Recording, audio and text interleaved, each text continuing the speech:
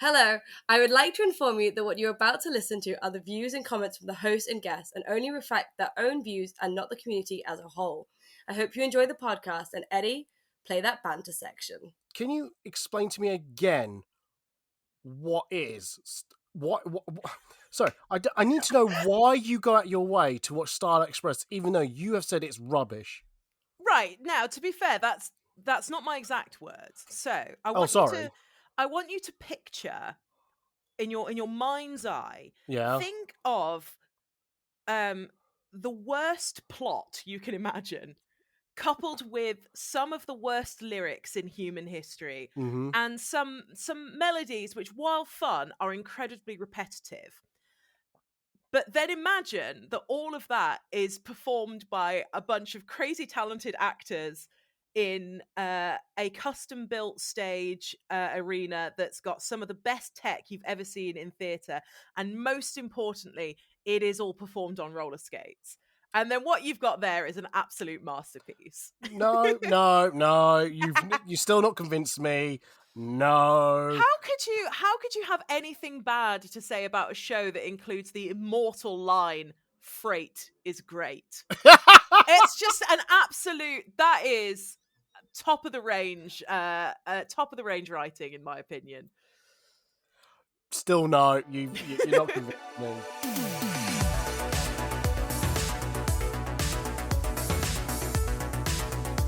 Hello everybody, this is the X About Podcast, a podcast series talking about cosplay, Comic-Con, and everything else. I'm your host Eddie, and this week we are talking about AnimeConUK Birmingham 2025. The good, the bad, the ugly. I'm going to add reverb afterwards, don't you worry. That'll all make sense. Joining us on the podcast is Anders of Kirkwall Cosplay. Welcome to you. Hello. Hi, folks. It's been a long time coming, but I finally made it on the podcast. The amount of times I've asked Anders, every time I say, "Oh, hi, Anders, how's things?" "Oh, good. How you doing?" "Well, good. Love the cosplay." So I'm actually doing hand gestures as well. So I know you can't see that. No one can see this. Only me. But I'm with you. Good. I've the mental connection. I'm with you. Good. So I'm going, "Oh, your cosplay looks lovely. What do you think of the event?" "Oh, that's good." "Oh, good points. Yeah. Oh, have you got time to come onto the podcast?" And what's your usual answer? Usually like, "Oh yeah, I can fit you in like a year's time. I've probably got an evening free." Oh my god, just flickered the hair. Let me get my PA to see if I can fit you in. You just bring up my diary. So when I asked you like over the weekend, like, "Oh, are you free?" I was expecting you to go, "No, I'm busy." But when you said, "I'm free," oh my god, I'm gonna need to pin this person down quick. Well, to be fair, you say that, but originally we were supposed to record yesterday, and then I did become busy. But to be fair, to your fairness, you did say nothing's been concrete, but there was something in the air, so I just thought that's fine. Yeah, the lure of the local garden centre.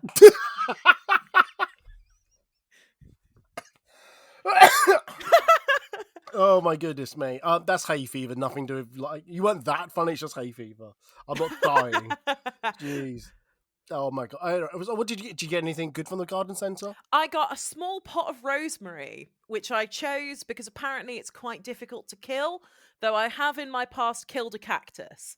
So we'll see how that goes. How?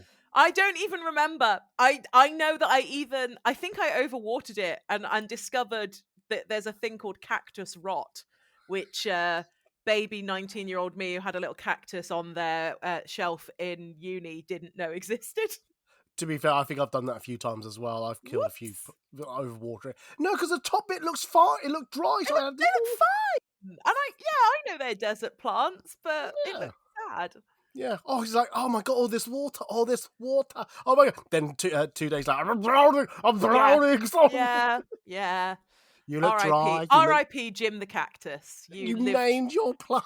Of course I did. It was named after Jim Kirk from Star Trek, because of course it was. That's a normal thing to do, right? Anyway, moving along. anyway, you are new to the podcast. I I am. do this to everyone who joins the podcast for the first time. We just do I ask two questions, which is one, how did you come with your cosplay name, and two, how did we meet? So let's do question one first. How did you come with your? Well, I say your cosplay name, your current cosplay name, because you've had a few iterations. I have. So I'll kind of, so the first one that I had originally, uh good lord, like 10 years ago, was WYK Cosplay, which stood for Would You Kindly Cosplay, which was a BioShock reference. Oh my god, I didn't Um, even know that one. yeah, that was the oldest one. That was the OG one. And then because so I don't work in it anymore, but my background is actually in acting. I was in at drama school for a while.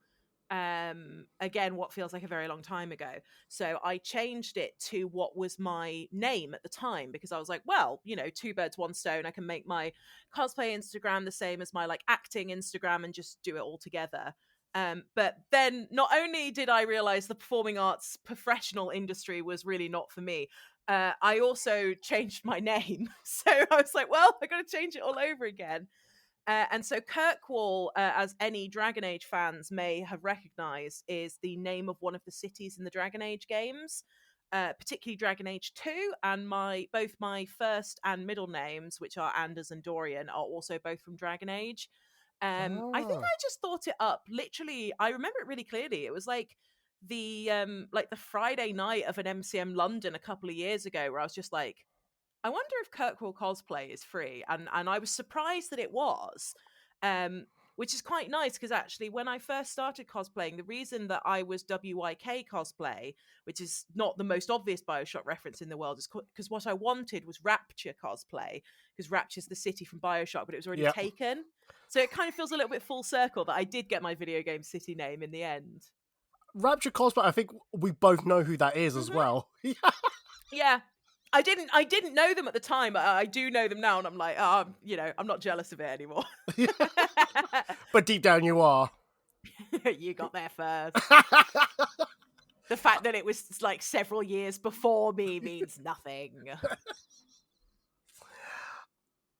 Yes, cool. I'm more curious. I thought when you made a Star Trek reference, I thought, oh, was that a Star Trek reference? Then your name, but it's not. So, It could so easily have been. It's oh just yeah. whichever hyperfixation has got its hands on the wheel at the time, usually. And I love in your bio your old DHD. Yes. Yes, Yeah. yeah, would have never known. Would have never guessed. It's really funny, because some people say that and some people clock it like without me even having to bring it up. I always think that's really funny, because we didn't realize that I had autism until I was nearly 18. But my mum's best friend, who is my godmother, who obviously grew up knowing me, she works with autistic children, and it turned out she'd known since I was 2 and just didn't know how to tell us. So it's funny who kind of clocks it and who doesn't. I was But being yeah. sarcastic, Oh, well, there you go. and that does fit your autism part. So It's yeah. literally, I thought you were being genuinely serious. Have you? There's a comedian in New Zealand called Abby Howell. Howell House. Can you remember that she's got a plural in her name, and she's autistic. Is it autistic? Yeah. Yeah. Yeah. And but if you ever watch Taskmaster, now, if I find the clip, I'll send it to you. But there's a bit where she completes a task because of her autism, and the Hell yeah. host, and because she's so celebrating of it, the host of the show goes, "Abby, congratulations on the autism," and Abby goes, "No, thank you." And then, oh no, I need to tell you this story, this part of the story as well. I was in a group chat talking about Taskmaster, Mm. and someone said, "Oh, I have now been officially diagnosed with ADHD," and my response was, "Congratulations on the ADHD." Yeah. But It because does feel like that sometimes, no, though. but Like, the thing is, everyone in the chat except for one person went, "What the fuck, Ed? That's so cool." But the other person who was also watching New Zealand Taskmaster knew the reference and quickly stepped in and go, no, Eddie's not being a complete dick. Anyway, we now need to ask, how did we first meet? Because I think yes. I know. Which is so interesting, because we were literally talking about this at AnimeCon. Oh yeah, absolutely, So, yeah. if I remember rightly, we met in like like 2018, which is crazy. 2017 or 2018. I think it's 2017 actually. At 17, yeah. the 86th floor's first Spider-Verse shoot. Which, for anyone who has seen it, might remember it's the one where the Mary Jane's band are doing a gig in a pub. And for those who haven't seen it, you should go watch it because it's so much fun. I love that video so much. And yeah, it was just this huge group of Spider-Verse cosplayers. And we just hung out in a pub in London all day, pretending to be at a gig. It was great fun. Sorry, that long pause was me looking for the YouTube clip. Oh. I was like, did I break it? What have I done now?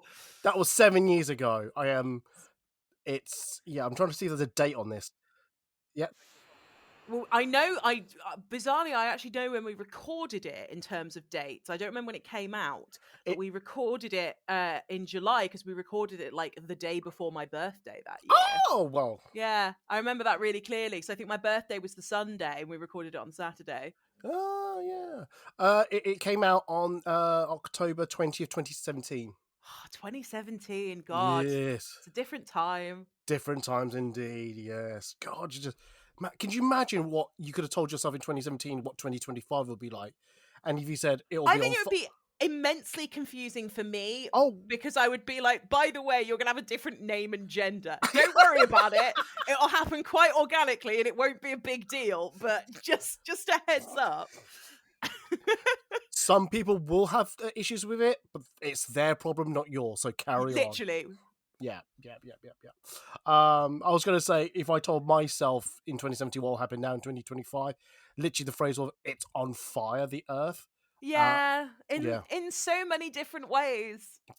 Yep, in every possible way. Like, what you think it might be happening, double it, and then double it again. Yeah, which is crazy given that we'd all just survived 2016, which at the time we were all like, well, it can't get any worse than this. It's yes. Like, well, you say that. How much do you want to bet? Make an investment in face masks. You'll thank me later. Anyway. Yeah, don't worry about why. Just do it. Anyway. Oh my God, I just found... sorry, I know we'll talk about the subject in a minute. I didn't realise... I was talking to my neighbour about this, because I mentioned by passing I run a podcast. And then it dawned on me that this podcast has been running for 5 years now. Really? Wow. I started this during the pandemic in 2020. So, oh God, I know everyone always says this, but the fact that 2020 was 5 years ago is I know, horrific. it's just nuts. And then I was like, in my head, like, I know it's been 3 years since started the podcast. Why did I think 3, not 5? But everyone counts 2020 as it lasted 36 months. They didn't exist. I mean, they did, but they all kind of melted into itself. Yeah. So yeah, like I said, 2020 was 36 months long. That's all I'm going to say. Anyway. Very, very briefly, because I really want to talk about this event. Yeah. I usually do a 7-day checkup, mental health and all that. So, how's the last 7 days for you? Good. I feel that the fact that I already don't remember them is a good sign. That means nothing. The fact that they were so mundane that nothing at all sticks out. I'm like, that's good. I'll take that. Yeah. Okay. So I would say good. How were they for you? Oh my God! Hardly anyone asks me this question, so I always get caught off guard. I don't want to sound like I'm like needing sympathy, because I know like even if you are, you're allowed to. Yeah, true. I know it's mental health, Men's Mental Health Month, as well as Pride Month. I'm not great. I'm not doing well, but I'm smiling. I'm still living. Tap wood. I'll explain it in my vlog series that I record on my Patreon called Raw and Unedited. Self-plug there. And yes. But no, besides that, don't want to like ruin the podcast. We're about to record, but I had a really good time at the weekend. Hell yeah, good to hear. Yeah, it was a long day. Like I woke up at 6 a.m, got home at 12. God. Yeah, and then got home at 12 at night. So oof. Yeah, I had a significantly shorter day. All right, fuck off. Hey, listen, there are very few perks of living near Birmingham, but cons at the NEC is one of them. True, very true, very, very true. Right. Anywho, right, let's talk about AnimeConUK Birmingham 2025, the good, the bad, and the ugly. So anyone who's unaware of this format, basically, we talk about an event, And so I've done reviews of MCM London, Birmingham, BegCon Live London and Birmingham, and any other events. And I was meant to do this one for the London edition of AnimeCon UK, but for some reason it slipped my mind. It fell off the radar. I'm so sorry. I was meant to do this last year, but I thought, do you know what? I'm going to this event in Birmingham. I've heard good things about this event. Everyone raves about it. Everyone says it's it's a nice chilled event.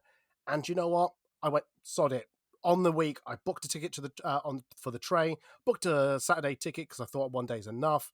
Went up and just experienced the day. So, it's the third edition of the Birmingham edition of AnimeCon UK, and I've heard it's been moved around a bit. It's not been in the one location. So, Anders, you are my eyes and ears for the 3 years. Because you've been to all three I have editions. indeed, yeah, all 3 Birmingham ones. I was supposed to go to the London one, but as is the classic tale of anything in London, train problems stopped me from getting there. Oh, yes. Ironic again as somebody who works in the railway, but sadly there are some things even I could not affect. Well, you need to do better at your job then, all right? Hey, listen, I don't make the trains run on time. I just make sure they're safe for everybody. If I'm making it delayed, it's for a good reason. Wow. No, I was about to say I wish I had the power to delay the trains, and then I'm like, no, I don't. That's terrifying. No, because I'm so glad I do not have that kind of responsibility. No, because you have a lot of people dropping you DMs going, I've heard you do all of this. You caused this. Can you do something about the 1603 to Birmingham New Street? No, I can't. Leave me alone. And you said these messages to you were private and confidential. I don't appreciate you mocking my voice like that. Jesus. Hey, listen, I didn't sign anything. Wow. Forget this year's, but the last 2 years, has the event been getting bigger and bigger? Has it moved from different parts of the NEC? Yeah, so really interestingly, I think this is one of the only cons that I've known be in kind of 3 completely different halls. So for anybody who doesn't know the layout of the NEC, which is the National Exhibition Centre in Birmingham, it's kind of separated into 2 halves. So you've got what you'll hear people refer to as the front half where the lake is, and then what people might refer to as the back half, which are connected by a really long sky bridge. And the first year of AnimeCon, it was in the back half of the convention hall, which I don't like the back half of the convention hall. I will always say this. I much prefer it when things are in the front half, partly because I think the layout of the halls is a bit better in the front half. I think there's just, it's a bit more accessible. It's a bit easier to move around. You're closer to the lake, which tends to be a nicer shooting location, and a really nice place to just hang out with your friends. Especially in like in super sunny weather, there's not as many nice outdoor spaces at the rear. But also because I park at Birmingham International Station because it's cheaper for me as rail staff, and I don't want to walk over that really, really long bridge. So there's also a laziness factor involved. But yeah, the first year I went completely on a whim. Like, I think I literally decided to go possibly even less than a week before the event happened. I hadn't heard about it that much at that point. But a couple of friends were going, and they're friends who I don't often get to see. So I was like, well, worst case scenario, as I said, I'm not actually an anime person. What? I know. I'm so sorry. I'm a fake geek. I've seen 2 and I enjoyed both of them. But oh no, that's not true. I've seen 3 animes. Wow, that digit went up by 1. It went up by 1. But listen, when you're in single digits, everyone counts. But I was like, I'm sure it's nice to support kind of an up and coming con. But most importantly, I get to see my friends. But actually, I was so impressed by the con. It had so the way that I approach cons is, for me, what kind of makes or breaks it really is the artist alley. I'll often kind of have a scan of what panels are happening, but 9 times out of 10, I'm not usually a panel person. Really, the only panels that have ever kind of held my attention were some of the ones that Insomnia did when they were very specific to games that I was into or actors whose work I wanted to support. But other than that, I don't tend to be kind of someone focused on panels or guests or things like that. So for me, it's really going to be the artist alley that makes or breaks a con. And I was so impressed by their artist alley. And I have been at all three of them. I think the variety at them is incredible, which I'll kind of touch on a bit more going forward. But again, like this was a con that I had absolutely no expectations of. I knew nothing about. As I said, I'd only decided to go to it a couple of days before. And again, it's a con that's very focused on anime, which is just not something that usually tends to hold my interest too much. So yeah, I was so impressed by it. So when they said that they were doing their London and Birmingham events last year, I was really excited to. And also a good disclaimer that the first year I did pay, but last year and this year I was gifted creator passes, which No, I always feel is important to actually say. Yeah, I did get a creator pass for these. 100%. So yeah, I was really excited to apply for them, and then really excited to actually be gifted them, because I was like, you know, if I'm getting a creator pass for any event, I obviously want to fulfill the things that I have said I will do in my application. But especially for a con that's much smaller and up and coming, and again that's local, like it's just so handy having it basically on my doorstep.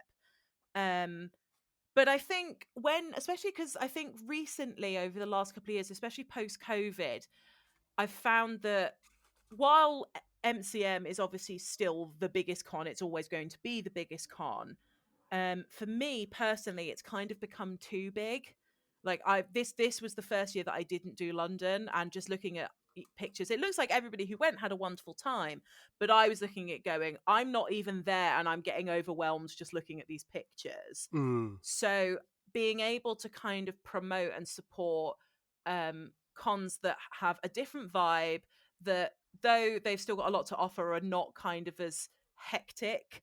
And obviously MCM isn't overcrowded in the, you know, I'm not somebody who believes they're overselling tickets, because I know the ins and outs of how illegal that is. So I know they're not doing that, but it is still very, very busy. Oh yeah, and anyone that keeps saying, and I don't know if people like quote me on this, anyone that says, "Oh my god, it was oversold at MCM London," I promise it wasn't. It can't. It really can't. Anyway, trust me, the legal fees and the jail time that they would be under for that. Trust me, it is still overcrowded, but it is not oversold. Exactly, because the example I was giving to people is like, you can stand in an elevator, have everyone stand in one corner, and the person in the corner will go, well, it's full. It's over, yeah. But it's not. And that is exactly what it is. And again, the nature of conventions, they are things where people are not going to be walking particularly quickly, whether they're looking at something, whether they're shooting, whether they're talking to people. People are going to congregate together. Yes. But if the event is smaller to begin with, and there are kind of, you know, there's more space for people to spread out in. Yeah.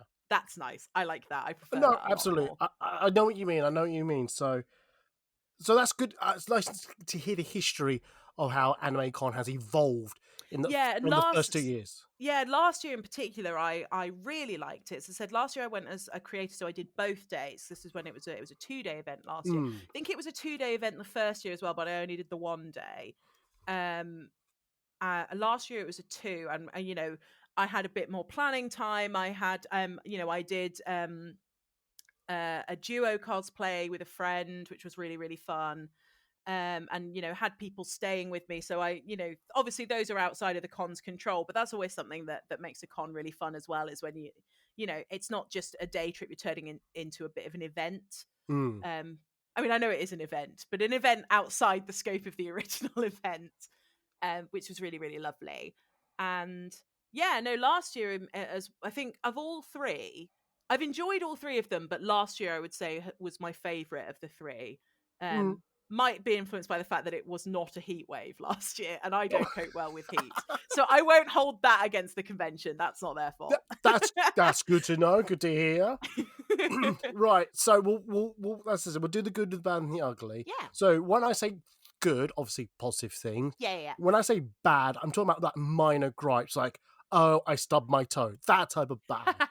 A likely thing for me to do, to be Yes, fair. exactly. And we're talking about ugly as, oh, my arm got sawed off. That type of Yeah. bad. That type of ugly. Okay, so small bad, big bad type of thing. So Yeah, I'm with you. good, excellent. So I don't. We'll probably take it in turns, or we'll just go through a Yeah, list of things. that's and I feel like I've talked a lot, so you should probably go first. Well, as host, I was going to go first anyway, but Excellent. because I actually wrote some things down, so I didn't forget. Which I meant to do and forgot to make the list. So Feel free to borrow mine if you have to, or I'll speak on your behalf. that's great, isn't it? When the guest on your podcast just regurgitates everything that you've said. That'll make great listening. Oh, great listening, absolutely, 100%. For me, as someone who's going for the first time, it was really nice to like that long walk up to the gates, the blow up wooden gates, and it's quite nice getting in. And then for an anime event, I thought it was a good variety of stalls, and we'll talk specifically about the artist alley itself at a later point. But it was a good selection of stalls, artwork, things to buy. I only found out later there was two other things that actually happening at the same time, which was it DesignerCon and then DesignerCon and CardCon, I think. If yes. I remember So when rightly. we say CardCon, we're talking about trading cards. Yeah. So I think I mainly only saw Pokemon cards, but nonetheless there were other trading cards as well. And the design cons, they were, from what I could see, but correct me if I'm wrong, they took over the sorry, where people were sat and eating, where the food trucks Yeah, they were. sure did. That's something that's on my bad list. They took over a wall as that spray painting or painting. Yeah, that on it. was. Yeah, we'll get onto that in a We'll bit. get about that. Yeah. So that I thought that was interesting, and then what was it? I actually heard the part where they said, and you've got to imagine this wall is the height of. We didn't measure it, but we kind of eyeballed it, and we reckoned that it was like 30 feet. Yeah, 30 feet, and it was quite tall as well. I'd say, what, 2 meters high? Yeah, About it was that. taller than the guys who were drawing on it. Yeah, so, and yeah. they said, you can win this. You And I can went, win it. I went, what? Yeah. This whole thing? But they did say they were going to chop it up. They said Yeah, I was gonna say. I'm pretty sure it was in at least 2 halves. Oh no, I think they did it in sections of each. Oh, interesting. Because on Friday it was 2. It was like half of it. So interesting to see that by Saturday they'd been like, "No, this is a bit much." By Sunday, it was like you just get a corner. You just get a tiny, you get a stamp size shaving. Sorry, we are still talking about the good, but that was Yeah, we'll park DesignCon. We'll come back to that in a bit. But no, I just thought it was a really nice variety of like when I say we're talking about like figurines.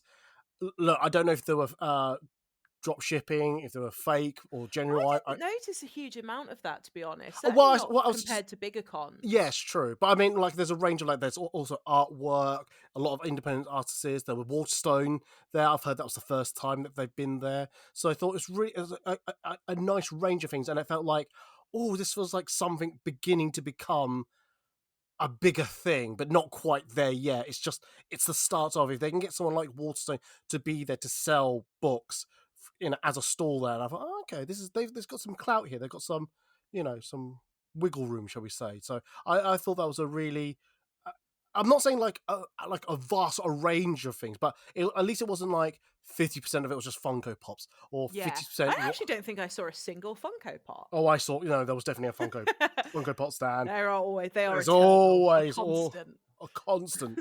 But and as I said, with also DesignCon, CardCon there, mixing things up, I thought it was a good spread of things. What do you think about what I just said? Yeah, so I would actually 100% agree with that, and as I kind of alluded to earlier, that the variety of things in the vendors section was really one of the big highlights for me of all 3 years, actually, because everything that you said about, like, the variety of stuff is true. I don't tend to spend a huge area in the figurine section, mostly because there's no space in my house left. But also the kind of ones that I like, your more kind of video game stuff, you don't tend to get at kind of conventions. I've kind of found, but it's also the variety on the stalls themselves. So kind of in the artist alley sections, you would kind of expect, and fairly so, that an anime con would really be like, oh, if it's not anime, I don't need to bring it with me. Which again, it's kind of selfish for me to be like, I'm glad people don't do that, because it is an anime con and they would be well within their rights to. But the sheer variety of like fandoms and stuff available, I mean, I treated myself to a couple of things. Surprise, surprise, several of them were Astarian related. But you know, some other video games. I bought some Starlight Express merch. It was Oh god, not great. this again. It was great. Got a couple of stickers, and we love to see it. Blame Rascal Rabbit cosplay. She's the one who got me into it, and the one I bought the sticker for.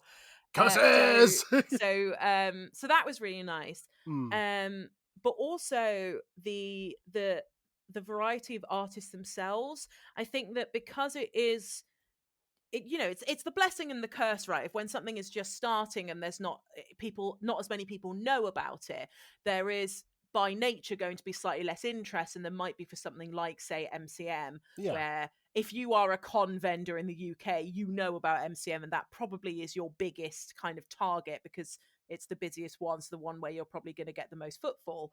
Very sensible.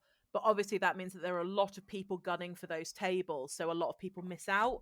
Whereas because AnimeCon potentially is a little bit newer, potentially not as many people know about it, so there's not as big of a kind of scrap for tables.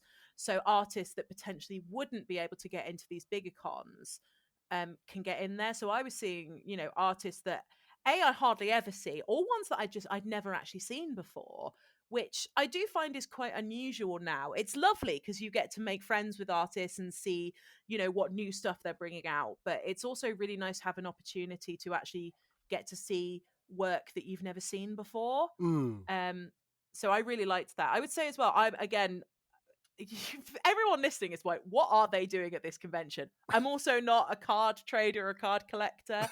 I collected Doctor Who stickers for a brief period when I was about 14, and that's the closest I ever got to card trading. But I had a quick kind of glance around CardCon just to kind of, you know, see what it was about. And I actually also thought that was really well laid out.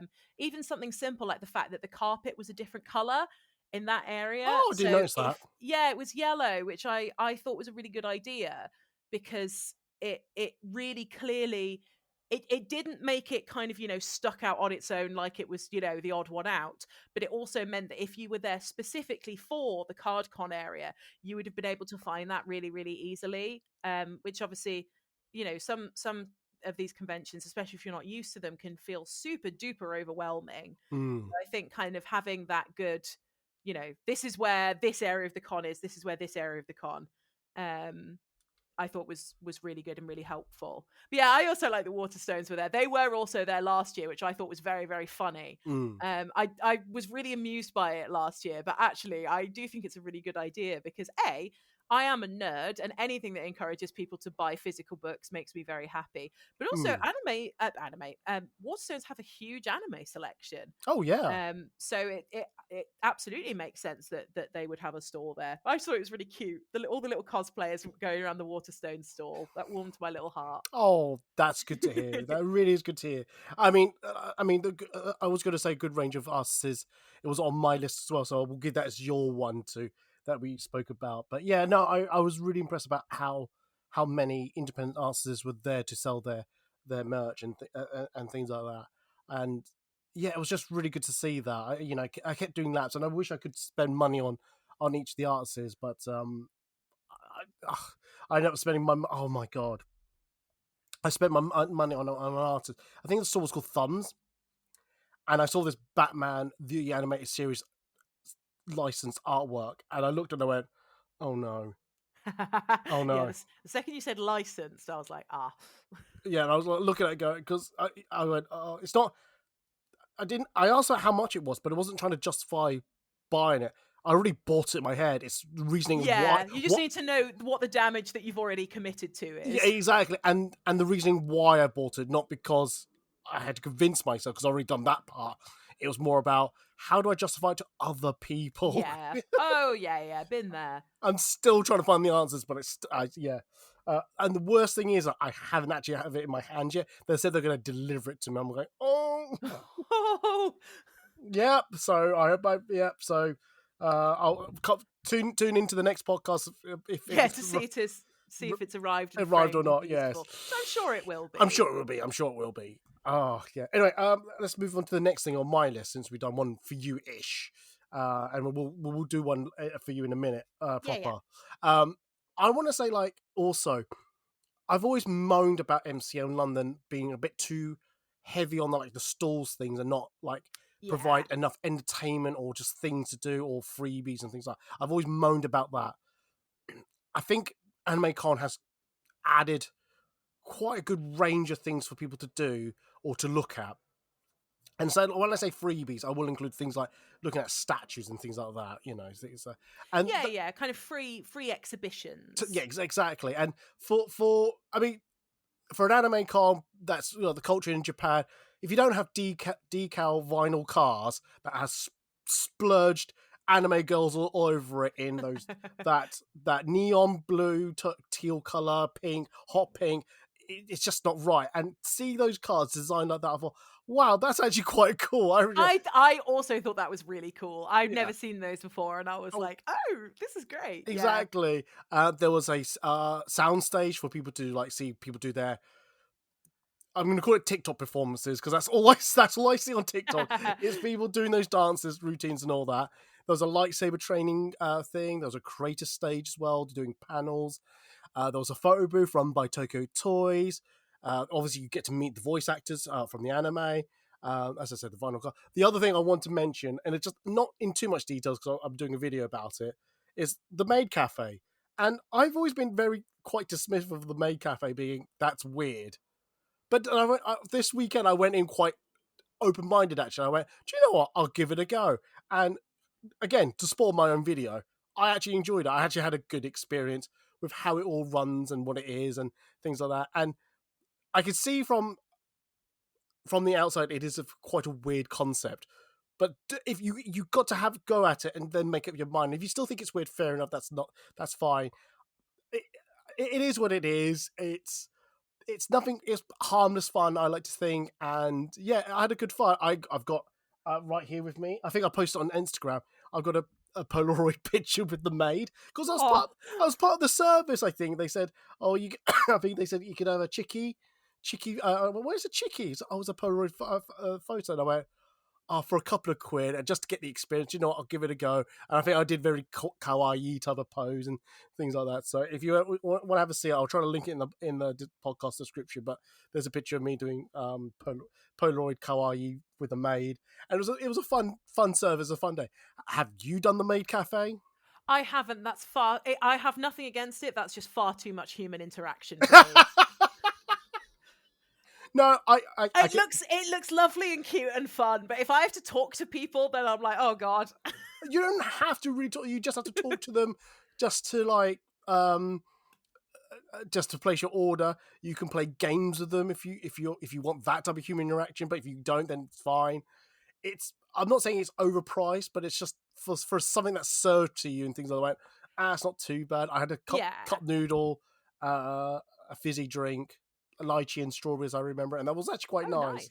Yeah, it wasn't cheap, but it wasn't mega expensive. So, which again, a con, anything where you don't feel like you're actively being ripped off, I always think is cheap for a convention. Yeah, absolutely, yeah. So that was fine. You could have desserts there. I think there was one red velvet cake, which I almost got, but I went, do you know what? I don't want too much of a large meal because I knew especially when it was so hot. Yeah, so hot, and I knew I was going to go to Nando's afterwards. So nice. Thank you. So I think there was a good variety of things to do. I'm sure there's other things you could have done that weekend, and if people might go, well, there was lots of things to do in MCM London. That's fine. I didn't see everything because of how big the venue is and all that. MCM London excelled compared to NEC Birmingham type of thing. So forgive me if you're thinking. I can only say what I saw. So yeah, but yeah, is there anything you saw from an entertainment? So this is funny actually, because this is something that's been there all 3 years, and every year I've meant to do it, and every year I've forgotten. which is that they have a karaoke area, which I just think Oh. is great. I love that. It was a little tucked away this year, I will say. Oh. But I think that was just, when you're trying to fit everything in, some things are going to be off to the side. But yeah, so the first year it was very kind of traditional, what we would think of like Western karaoke. Like I think when I was walking past it, somebody was singing Lady Gaga. Whereas last year, if I remember rightly, it was a bit more. And I don't mean this. This is going to sound like I mean it in a negative way, and I don't. It was much more regimented. So I think it was like a pre-planned schedule of kind of anime and J-pop songs that then people could go up and sing along with, rather than pick what you want off the karaoke machine. And I actually didn't. I as I said, every year, because I'm unfortunately I'm an annoying theatre kid who loves an opportunity to sing. Yeah. But despite that, forgot every single year to go check it out. But that's quite a unique thing that I No, don't yeah. think I've even, I've gone to the last couple of things like KitterCons, which obviously are more known as party cons, and even they don't really tend to lean into the karaoke side of things. So to have it at a family friendly daytime event, I think was a really neat little addition. I just want to add tag on to that, which I've just remembered, which I've got to note down. There's a silent disco as well. Yes, they did. Again, not anything I've seen at a con before, Yeah. which I think is really, really fun. Yeah, and then they also do an evening like disco, which I don't know. Yeah, and a ball this year as well, which was something I was going to say. I didn't do it because that was at 7 p.m. and that's far too late for me. Not out at 7 p.m. on a Friday night. Good Lord, no. I can only imagine you get home, you wear your nightcap, your pajamas on, you got a candle. Listen, I got home on Friday night. I took my cosplay off and threw most of it on the floor where some of it still remains. I switched on Law and Order. I got out my cross stitch and I had myself a lovely evening. I wish I was joking. I know you're not. That's the funny bit. Yeah. Yeah. It was great. I had a wonderful time. Oh god. But yeah, okay. The ball I actually thought was a really lovely idea, and again something that I've been to cosplay balls at things like Kitter and AnimeCon and things like that, and they are formal, informal. They like one year the one of the KitterCon ones we went as our Dungeons and Dragons party, but people do go in full ball gowns and formal dress. It's really kind of free is what people want to do. And again, so that was, I think the ball was 18 plus, obviously with it being a nighttime event, that's fair enough. Yeah. But it's still a kind of slightly more relaxed atmosphere, I think. I think if I'd had friends staying with me and they'd wanted to go, I would have happily gone. Yeah. Because I was doing this one solo. I was like, I'll give this a miss, but would definitely check it out in the future. Yeah. Because I don't know if that's a separate cost or not. That's what I was going to just butt in just now. I have a feeling it is. Yeah, I think it was. I don't know how much it was. Yeah, no, that's fine. No, just fine. That's fine. But just it's there if people want to do it. If not, yeah. Was there any other goods you wanted to add? Definitely. Oh, go. So I said that so convinced, like what's the word I'm looking for? Confidently, and then was like, I forgot what I was going to say. So, oh God, no, it's totally gone out of my head. It'll come back to me. I'm so sorry. Yeah, this is why I should have written them down. I did have them and just boom, gone. Well, I got too excited thinking about my crochet. My cross stitch.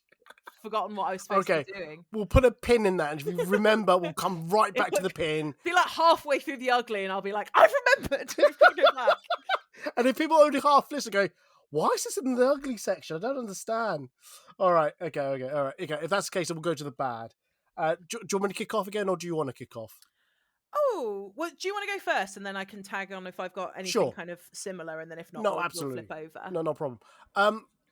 I think the one thing I would say, and I remembered what it was. Okay, go back to the pin, unpin it. I remembered what it was. So this is really specific, but I thought it was great. So, as I said, very kindly was given a creator pass for this. I think the communication from AnimeCon overall, but particularly for like passes and stuff, I really rated because I feel like again with bigger cons, it's like, oh, here's your pass, here's the app, off you go. Which if you're someone like me, like I've been very lucky to receive creator passes over the years. I am so far from an influencer. Like I'm always a little bit lost that I don't really know what to do to help the convention. Mm. Whereas when they actually so with the acceptance came a really clear, like, almost shopping list of things that you could post if you wanted to that would help. Ah. And that I was like, this is great, because again, it's a smaller con that I really wanted to actually, not just be like, this is content I made. I was like, I actually want to help talk about this because I've enjoyed it so much. Mm. So actually being given some really good guidelines and some really fun graphics to help with that, beyond just, these are my cosplay plans, I'm here as a creator. I really appreciated that, and that was really good. So it was a little one I wanted to add on to the end, but I liked that. That was very helpful. No, absolutely good. I'm glad you remember. Anything else before I go on? No, just I had a nice time. That was Good. a good thing. Thumbs Good up. thing. Thumbs up. Thumbs up. That's good. Well, back to the bad. Yeah. And So what I was all gonna that say- being said, yeah, all that being said, I was going to say, as I was saying, I found it, and again, I don't know how they picked the weekend, but I yeah, found it that doing it, not having a 3-day event, not over like a school holiday, also on the same weekend as Father's Day, I found that a little weird. Like, yeah. because We that's were what, talking about this on Saturday. Yeah, yeah, I just felt like, oh, look, I've, okay, sorry, Dad, I didn't spend Father's Day with you, but I could have gone to see my dad on the Sunday, but because I got so shattered yeah, traveling up and down on the train, and then I didn't want to drive my car to see my dad, 2-hour car drive, in a car.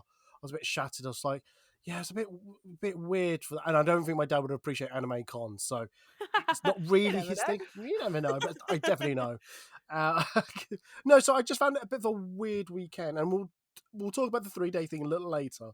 But I just found it such a weird Yeah, part of I the would. calendar, and You, I wish you, it was. I was going to say March time, but I think that's when MegaCon Birmingham is on. yeah, this is the problem. Like, I 100% agree with you that I think.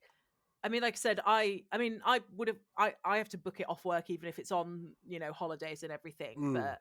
But I did. Friday was so quiet; it had me concerned for the weekend. I Yes. was like literally walking around going, because obviously a lot of people who were there for 3-day passes were picking them up on Friday. So the line to pick up creator, and I think it was also accessibility passes, which this is not one of my main ones. I do think those need to be separate lines. I don't Yeah. have much to say on that, but my advice would be, I do think they probably need to be separate lines. But there was a point where the line to pick up just one small subset of the passes was, there were basically anybody who was there was in that line, Mm. and there were very few people actually going into the convention. Was kind of, I'd not really seen that before. Mm. So I think, yeah, it being on that weekend was a factor. But I Yeah. also think, to be fair to them, there aren't that many weekends that are over holiday times that don't have big cons on. I think there's not that many now, No, not really. No, and like I said, because March. I guess there's a couple in May. Like the second May bank holiday, I don't think has anything major, but no. pretty much everybody's just been at MCM, so Yeah. they're skint. Yeah, Oh exactly. no, sorry, the other way around. The first one in May doesn't have everything, but anybody who's going to it is preparing for MCM. That's So it. Yeah, I is see what you mean. already Yeah, going to be skint.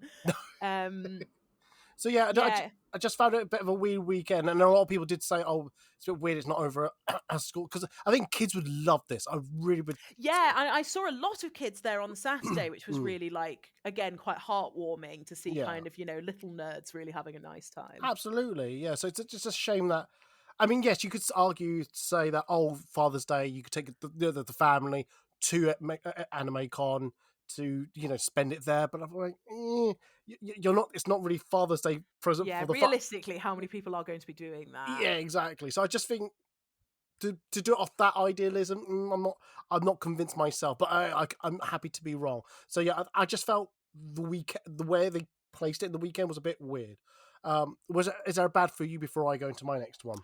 Yeah, it kind of links up really, which is that I'm not sure if it's a bad necessarily, but it sort of sits in the middle of bad and good, Mm, which I imagine is probably on your list as well because we did talk about it on Saturday. yeah.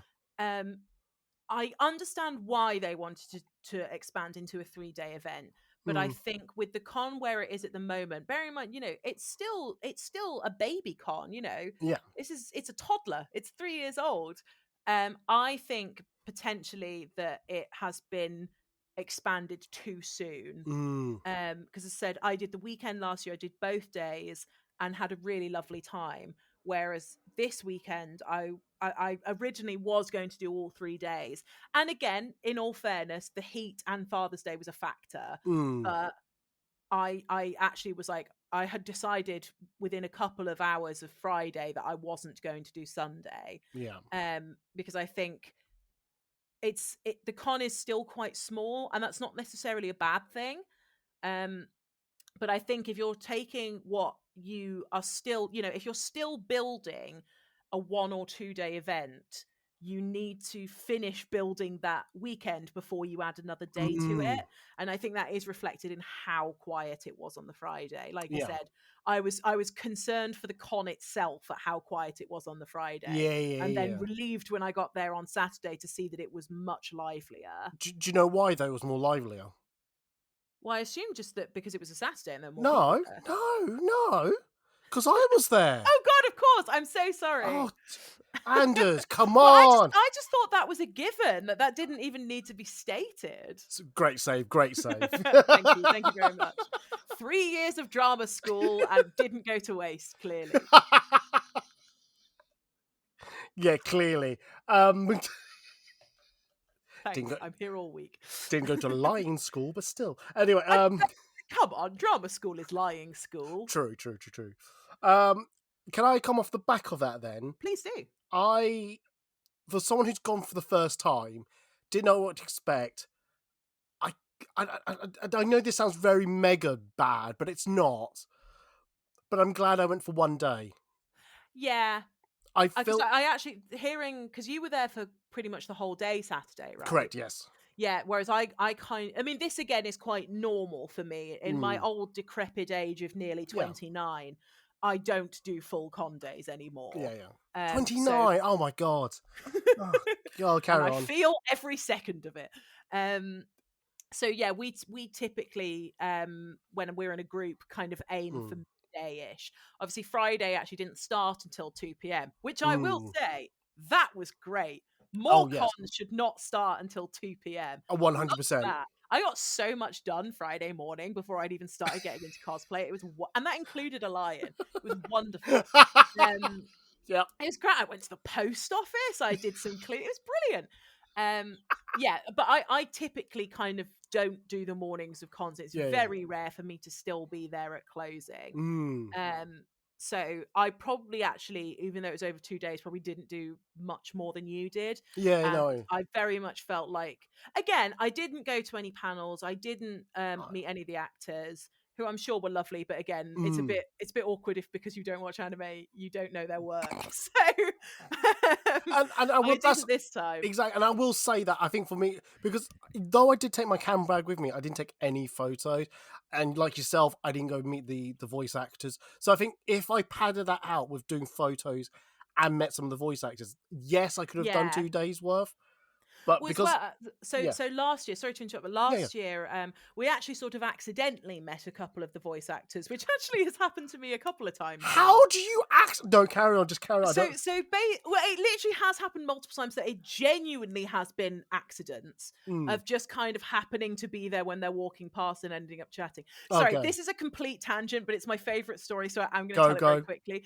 The best one was Insomnia a couple of years ago, R.I.P. Insomnia, potentially soon to rise again, when I accidentally met Ben Starr from the Final Fantasy series. Okay. Which at that point I hadn't played. I think I owned it and hadn't played it at that point. And he actually left his signing table to come say hi because he liked my cosplay so much, because I was Elizabeth from BioShock. Oh, And he okay. actually was the only person that day at the gaming convention to recognize my cosplay. And he came up to compliment it, which was really, really lovely. But I, at that point, because I'm also a bit face blind, hadn't recognized him. But two friends who are massive Final Fantasy fans were stood next to me, like mouth hanging open in like shock. And you're I going, kind of what the? chatted. He left. And I was like, I feel like I know him. And I was like, oh, it's the guy. He's sitting under a massive banner of his own face. That's where I know him from. How do you know if you've made it? They've made a face on a Yeah. poster of So me. that was the one that was like the most accidental one. But last year, actually, they had Tracy Wilds, who is Jaheira in Baldur's Gate 3. So we actually just ended up, so me and Izzy ended up chatting to her for a while. We kind of, we didn't go for signing or anything, but there was no line because it was near the end of the day. And we were like, well, yeah, it would be lovely to go say hi because we love the game. We ended up talking with her for like an hour. It was wonderful. She was so lovely. We also accidentally met the voice of Rayman in the Captain Laserhawk series, which another mutual friend is a massive fan of, and so we were showing him their cosplay and all of that. So as I said, that obviously also took up quite a lot of time, which I didn't do this year because they're just, as I said, I'm sure they're wonderful actors, but I didn't know their work. So yeah, so which was an awful lot of words to kind of say, yeah, I agree that I had done everything that I wanted to do. Yeah. And I feel like it had taken significantly less time than it might have at another con. But also, to be fair, a lot of that I was doing by myself. And naturally, when you're on your own, you are going to, get round stalls quicker than you are if you're in a group of like 8 people who all know a million other people. We spoke about this, and it has both pros and cons going on. Anyway, that's for another day. That conversation. I bet one day, yeah, but yeah. Did you want to do another bad? Yeah, so this one it kind of adds on to that a little bit, and it also will segue into what is basically my only ugly. Which is kind of ironic because in one of my good sections I was talking about how good the layout of things like CardCon were. And I stand by that. I think having a little, it's not split off from everything, but it's clearly defined where it is when you're doing multiple cons in sort of one is a great idea. Yeah. But that being said, this kind of splits into 2. So one of them is the whole designer con wall thing. Yeah. Go on. Which was, I don't know, maybe it was better on the Saturday, but on the Friday, and maybe this is on us because we didn't really understand that that's what was happening there. With the people who I was with on Friday, we just sat down for everybody else to have some food and for me to rest my feet in my glass slippers. I don't know how Cinderella got into that pumpkin carriage because I was struggling to sit in a chair in that dress. But anyway, we just sat down in what was the food area. Like, it had a couple of food vans. It had loads of tables and chairs. It was very clearly, this is the area to eat the food you have purchased at the con. And really inside the convention was really your only respite area. There were, there were not a lot of places where you could just take a load off for a second. But the problem with it was that they were doing this designer con almost artist battle, which in itself is a really cool concept. But when it is being emceed by somebody with a megaphone in an area where really most people are not going to want to be dealing with somebody emceeing through a megaphone, it did feel a little, well, more than a little, it felt very oppressive, really. It did just feel like we were being screamed at constantly. Yeah, and it was quite grating, and we kind of we made a point to kind of move on before they started the next set of battles because we were like, it's going to get really loud here again. Yeah. So while the concept itself was cool, it needed to not be directly next to where people were trying to have a rest. That was a bit brutal. And if I'm again, maybe I missed something. I couldn't see anything else that was DesignerCon. That literally seemed to be it. So I couldn't quite work out what that was actually about. Well, there maybe, were. Yeah. I was going to say that I think thumbs might have been part of DesignerCon. I don't know. Okay. But also, I saw these dolls that I was part of my Instagram live that I was recording, because I'm actually on DesignerCon UK's Instagram, and I can see one of them is on as a Okay. post, and Oh, basically, maybe I just missed it yeah, then. but basically, I'll send you the post. Oh, can I do it through here? Oh yeah, I can do it through here. Where are you? So you check your Instagram. But basically, these dolls were all of different, not just different diversity, but also different Oh, oh, uh, so they are. yeah, of disabilities. That's the word. You Yeah, know, there's a lot of just sort of general in yeah, body type as well, which you body rarely type. see in Yeah, some are dolls. amputees. Some have got like skin conditioned, as in pigment Yeah, like discoloration. vitiligo and the like. That's it. Yes, thank you. Things like that. So it was quite interesting to see that there as a design part of DesignerCon and things like that. Again, I was misunderstanding what was DesignerCon, because I assumed the whole Yeah, thing was. I'm now thinking that potentially I also did because I didn't even notice this stuff. Yes. But if anybody was going to not notice something, it would be me. So again, entirely possible that's a Yeah, me yeah. thing. No, that's fine. That's absolutely fine. Um, shall we hold off your second part of your bad, Yeah, which turns into a because that's a bigger thing. yeah? Okay, It might take a while. let me do, because I don't have an ugly, so we'll give you the whole floor for the Okie ugly. dokie. I just want to put up this one, and it's a small thing which can be easily sorted. I wish there was clearer signs of where the entrance and exit were, Yeah, agreed. because it seemed like at one point the exit and the entrance was the same place, which was fine if that's the case.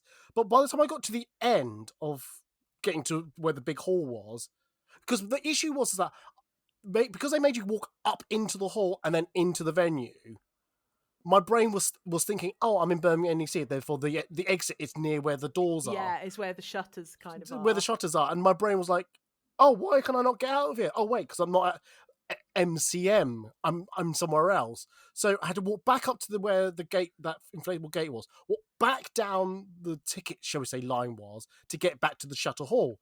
But when I was walking out, I noticed that people were coming from a side bit there, Yeah, but I couldn't see any signs to say, oh, this is an it was exit. really small. I Yes. think you would only, because I did come out there, Yeah. but I think you would only notice it if you had already were going in that direction, specifically looking Exactly. for it. So I was looking around. So I finally, on literally the last minute of the event, I asked the security guy, I said, by the way, is this an actual exit? I went, oh, yeah, it is. So I just feel like, could they just make that clearly so that this is exit, that's entrance, and that's it? That's really it. And I think that's a small thing.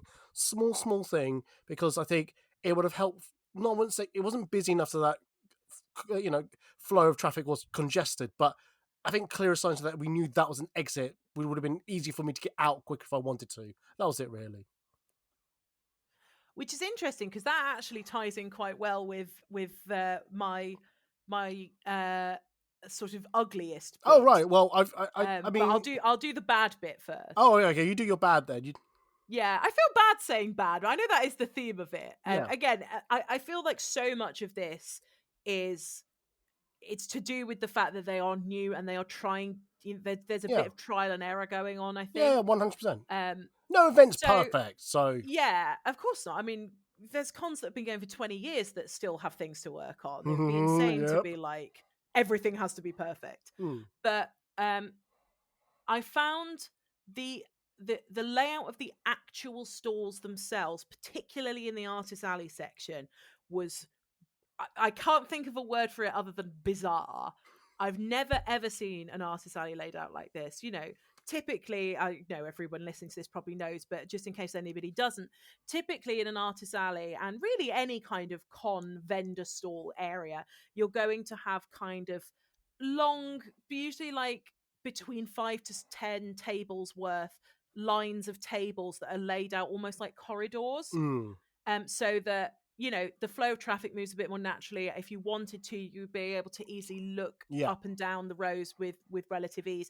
And also it's really good because it means you kind of always know what you have and haven't seen, because you can kind of just go, oh, I have been down this row or I haven't been down this row. You can literally grid system the Exactly, yeah. And last year and the year before, that is exactly how these tables were laid out. I actually thought the first year in particular, the way they had laid out their artist alley tables was really, really good, because you could if you wanted to, you would be able to get around really quickly and see pretty much everything. But if you wanted to take your time, there was space to do that. Mm. Last year, I had no problems with it as somebody looking at stuff.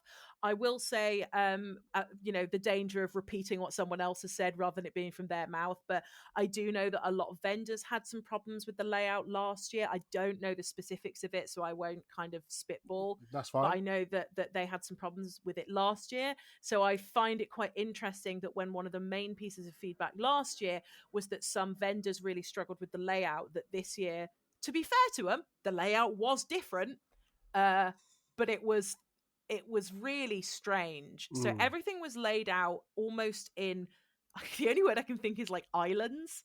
So it Yeah. would be like a square of tables around a point, which they then put up what people began referring to as the obelisks, which did create the wonderful phenomena of all hail the obelisk, which I did enjoy. There were some fantastic artists who created a table that became a bit of a shrine to the obelisks, which was very, very funny. But also they were so the obelisks were literally just like black pieces of canvas that were put in squares in the middle. And I can see the concept. I can see that the concept was probably, oh, then artists would be able to put their wares and such on these, and it would give them more, gallery space or whatever. The problem is that because no other cons do that, vendors they haven't designed their Mm. stalls for this. So it just became these big kind of black slabs in the middle of the artist alley. And the bad element of this, rather than the ugly element of this, is that I was getting lost constantly in the artist alley, which I've never experienced before. Even when I've been like sensory overload, I've never actually been like, I need to look at a map to work out where in the hall I am. Yeah. It was very disorientating, and there definitely were things that I missed. And as saying, like, there's always things that you miss at con, but like this year, because I was by myself, I was taking the time to try and really look at absolutely everything. Yeah. But in doing that, I still definitely missed things because of the layout, because it just didn't flow very naturally. So that's kind of like the bad part of that, which I'll kind of give a little pause if there's anything you want to tack on to before I go to the other side of it. Just the usual mystery boxes or mystery bags and pricey food. Oh yeah, I mean, yeah. Same old. I'm kind of with that. I'm like, it is a con. Yeah. Like, I'm not going to hold that against. It's annoying, but it's not an anime con specific problem. No, absolutely, 100%. Well, let's do your ugly, because I'm noticing the time, so I want to give you time for the ugly and talk about an announcement that AnimeCon UK made just before the Birmingham event. Fun. Yes, go. Floor's yours. So the ugly side of this, which, as I said, it tacks on, is something that I've already talked to a couple of people about. So I know that people agree with me here. And I am going to put my little safety manager hat on for a second. The way that these tables were laid out had the, I'm sure, unintentional side effect of essentially fencing in the vendors in the Artist Alley section, which obviously is not ideal anyway. So there were gaps between the tables. It would be remiss of me to say that there weren't, because that's not true. There were gaps between the tables. They were not big gaps. I'm a large person. I think I would have struggled to get in and out of those gaps without knocking something over. Certainly, if you had any kind of mobility aid, certainly if you had a wheelchair, you would not be able to get out of those gaps. If you even had, a walking stick, or even just you didn't have a mobility aid, but you did have some mobility limitations, you would struggle. So for an accessibility point, that's not ideal.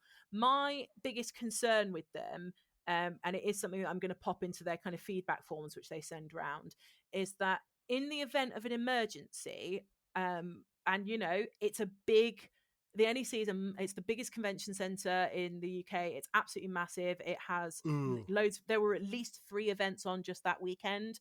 Any area where there's a large gathering of people has the potential to become an emergency situation. Crushings, fires, all of this kind of thing. Yeah. It is something that people have to bear in mind when they're setting up events. If that had happened, Do I think people would have been able to get out? Yes, because if I thought they couldn't, I would have raised that to somebody. Cinderella doing the health and safety walkabout, like, I'm not sure this meets the regulations. So it wasn't to the point where I was like, I have to talk to somebody about this right now. Yeah. But it's something that definitely needs raising for the next event, that yes, people would have been able to get out, but it would have been more restricted than it should have been, Yeah. really. I know. Which is also true of actually what you were saying about signposted exits and entrances, because actually, really, there are only 2 exits from the hall itself, and neither of them were particularly big. Yeah.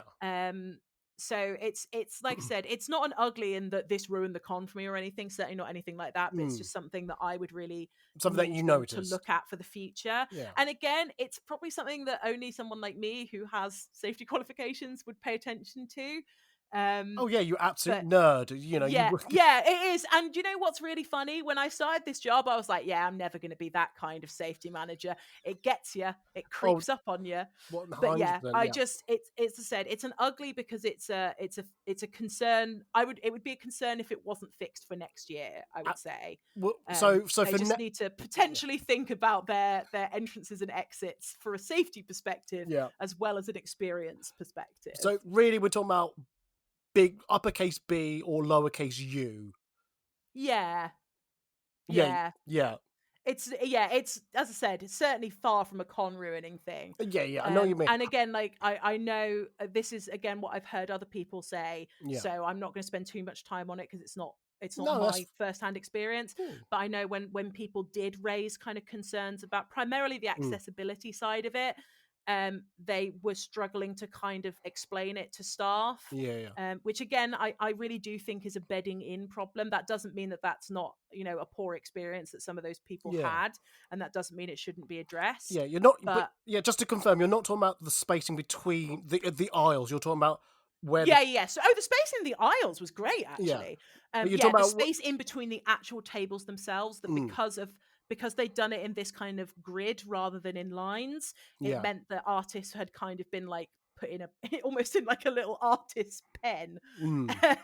That while they would have been able to get out in the event of an emergency, it was more restricted than that it really should be. And that when people kind of tried to raise this, because I'm sure the staff were dealing with 100 million other things as well. Maybe I get the sense that people didn't feel that was being taken as seriously as it needed to be. And as I said, I know that there's an explanation for that, which is it was a new con and staff were busy, but that doesn't change the fact that if people, especially people trying to earn a living at that con, were having that experience, that's something that I really think needs to be addressed kind of sooner rather than later as the con progresses. But yeah, that was mine. As I said, it's far from a con ruining experience, and overall I had a really lovely weekend. But because I am a nerd for that kind of thing, at least I didn't pull out a measuring tape and measure the gaps between, because I know people who would do that. Yeah, you. Yeah, if I'd not been in a ball gown, that's the thing. I couldn't reach. My skirt was so big, I couldn't reach the measuring tape. Oh man! Well, no, it's good to mention these things because, like I said, no convention is perfect. I mean, at one point, I'm sure MCM London, all the aisles were so tight when people were walking up and down, you just couldn't move. You just couldn't do anything. So, but they've now improved. They've now got wider aisles now, so it makes it more easy to be accessible up and down the aisle. So, they can improve, they can change. These things are very easily sorted and changeable things. So yeah, you've already answered it, but but to say you did enjoy the event overall. Yeah. I had a really nice weekend. As I said, actually, my biggest gripe with it was absolutely not the con's fault, which is it was too goddamn hot.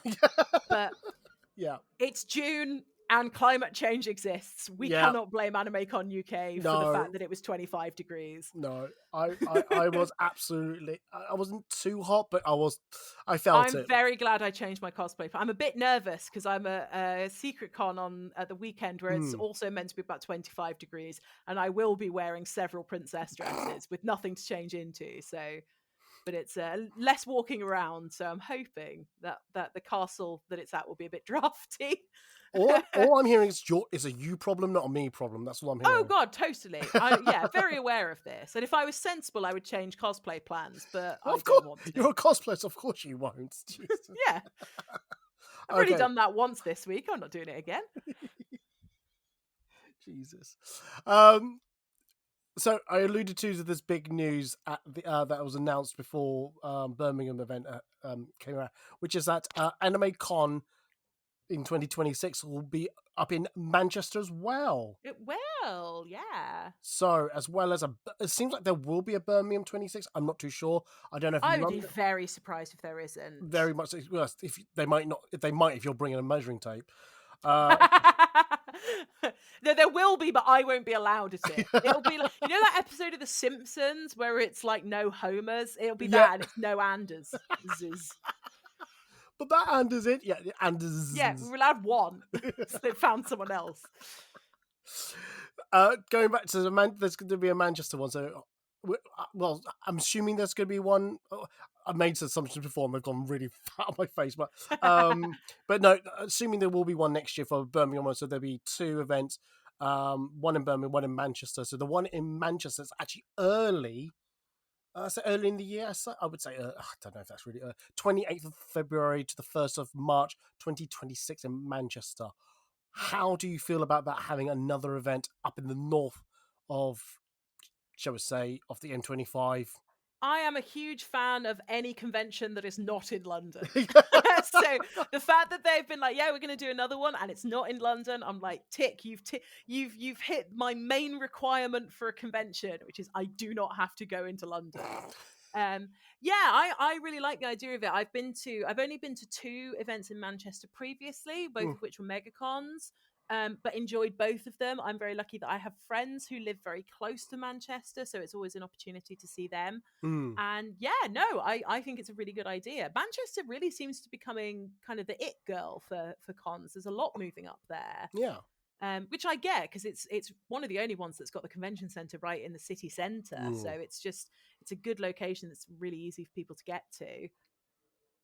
So yeah, exciting times. Sorry, I had a mouthful of water. I can. Oh, sorry. I can talk some more nonsense. No, it's fine. For a bit if It's you want. absolutely fine. It's absolutely fine. I'm just going, quick, swallow. No one clips that and send that to me. I literally was about to be like, that's what she said. No comment. Was oh no, I'm gone blush now. So yes, yeah. So there's a Manchester. I think it's a good thing, like you said. As much as I do live in London, it's easy for me to do London events. I think the one they did in the Drumhead in London, if I did a podcast for that one, the major criticisms I would have said is just there's no real easy way to get there. That is, and again, that was one of my problems, is that you know, I would have had a fight to get into London in the first place because of trains, and then once I was there, it wasn't the most kind of, you know, all I grumble about the XL Centre, there are multiple ways to get to 100%. Whereas this was like really was quite difficult. Oh, absolutely, like a bus journey and a half, so type of thing. So yeah, so. At least with the Manchester one being, as you said, in the city centre, close to 2-3 major train stations, so it's easy for people to get to. And actually, I mean, I've driven there before as well, so it's also not, you know, especially for a city centre, it's actually very easy and not crazy expensive to drive to, which is nice. Yeah. So yeah, absolutely. So I think this is good. This will be good. Again, hopefully this will be a mainstay for them, so they can do, like I said, a Manchester one and a Birmingham one. Maybe they might shift Birmingham one later in the year, so it's not too close together, but not too close to other events of like a major MCM or a megacon, so it doesn't conflict too badly. Another September con would be nice. Oh, September. I feel like, I mean, there's a lot of things that I know I've already referenced it today, but Insomnia kind of left in its wake. But a really nice kind of end of summer where it's not too hot, but it's not too cold, and you're still kind of feeling those summery vibes was really nice. I was going to ask you if you are aware that they are coming back of some sort, but you. I am. Yeah. I'm keeping my opinion of that open until I see how it all gets. just because I know that there was a little, you know, with how dramatically the previous one went. I'm like, well, I'm tentatively excited. Yeah, it's like me with Ted Lasso season 4. I will not believe it is actually happening until I see a trailer. That was me with Dragon Age 4. I was like, until I am playing it, I will not believe it's happening. And to be fair, that did happen. So you never know. But so what's the latest? GTA 6? or whatever number it's up Oh to. God, I don't know. I I've know lost track. I know there's a trailer for it, but until that game is actually in gamers' hands, never gonna believe it. Never gonna believe. I'm not a GTA fan. I'm just saying. Anyway, it, as much as we said all the goods, the bad, the uglies, and all that, like I said, I think I don't want to speak on your behalf, Anders, but we both enjoyed the event immensely. Yeah, definitely. Yeah, and I would like to go back again next year. I might still do a 1-day event. We'll see. Depends if I can find a place to stay up there, or I just take a long holiday very up fair. there. Yeah. Okay, cool. Okay, on that note, I think we've got time to do a podcast extra. As Anders has mentioned, Oh yeah, I forgot about this. Yeah, they've only watched 3 animes. One, we're going to discuss which 3 these are because they haven't mentioned it to me. Have I not? Oh, I haven't. Wait. Hold on. Don't worry, I've stopped. You stopped, good. And then I'm going to try to convince them to see if there's other animes that I've watched that they can watch. And I think those who have listened to this podcast might know already one of them, but we'll see if Anders would be inclined to watch it. So anyway, okay. On this note, Anders, if people like to follow you on the social medias, where can they find you? Yes. So you can find me on basically any major platform as Kirkwall Cosplay, all one word. If you don't know how to spell Kirkwall, just Google Kirkwall Dragon Age, and it is that spelling. So I primarily use Instagram, TikTok, and Blue Sky. I do technically have Twitter, but you won't see much from me on there at the moment. No. And I do have a Facebook page, but I don't think I've ever posted anything on it. So don't stress about that one. Fair enough. I'm also on all the major social medias, including Blue Sky, Instagram, Threads, and all that. If you go to foodandcosplay.org/links, that's where you'll find all my social media links. And if you go to foodandcosplay.org/podcast, you'll find other recorded podcasts with other guests, with different subjects and reviews. And if you go to patreon.com/foodandcosplay, you'll hear the podcast extras I'm about to do with Anders, and also my, as I mentioned earlier, the raw and unedited vlog series I've been doing, just talking very personal aspects of my life or views that I've seen at Comic-Con or in the real world, so things like that. So go and see it. Go sign up if you like to listen or watch that. But if you're not going to join us there, thank you very much for listening to the podcast. Hope you enjoyed it. Hope you enjoyed this review. If there's nothing else, Anders, you want to add? No, just thanks for listening, everybody. Thank you, and thank you for being on the podcast. You've been an absolute pleasure. You. I have to say that contractually, and and on that note, I'm going to say goodbye, and they're going to say goodbye. So, bye, guys. Bye. Bye. Welcome to Podcast Extras.